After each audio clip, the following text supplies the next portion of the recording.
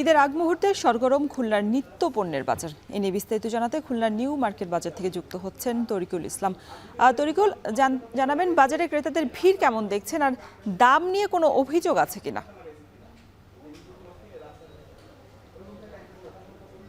রওশন, দাম নিয়ে অভিযোগ আসলে ক্রেতাদের এবার খুব বেশি নাই।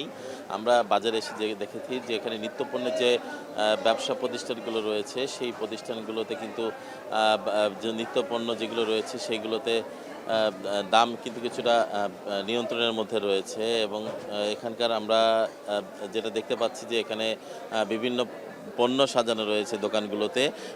ক্রেতারা কিন্তু ভিড় এখানে বাড়ছে, প্রতিদিনই কিন্তু কেনাকাটা চলছে। আপনারা জানেন যে ঈদকে সামনে রেখে সব পরিবারই মধ্যবিত্ত, নিম্ন মধ্যবিত্ত, উচ্চবিত্ত সবাই কিন্তু এইসব পণ্য কিনতে বেশি ভিড় করে। তো আপনারা দেখতে পাচ্ছেন যে মশলার যে বাজার রয়েছে, অন্যান্য যে বাজার পণ্য রয়েছে সব কিছুই কিন্তু মানুষ এসে কেনাকাটা করছে। তবে আমরা এখানে এসে যেটি দেখেছি যে সেমাইয়ের দাম ৬০ টাকা, সাদা সেমাই ৬০ থেকে ৭০ টাকা বিক্রি হচ্ছে এবং এখানে লাচ্ছা সেমাই যেটি বিক্রি হচ্ছে ১২০ টাকা করে কেজিতে।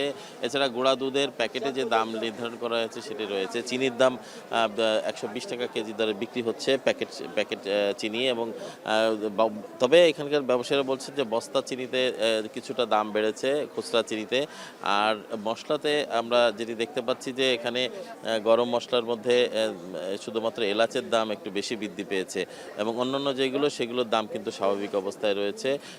এছাড়া অন্যান্য যে ঈদে যেসব পণ্যগুলো প্রয়োজন হয়ে থাকে মানুষ কিন্তু সেই পণ্যগুলো স্বাচ্ছন্দ্যে কিনছে। ক্রেতারা বলছেন যে এবার খুব বেশি প্রভাব সিন্ডিকেটের প্রভাব কিন্তু বাজারে পড়েনি, যে কারণে সাধারণ মানুষ থেকে শুরু করে সব পর্যায়ের মানুষ তারা কিন্তু কেনাকাটা করতে পারছে।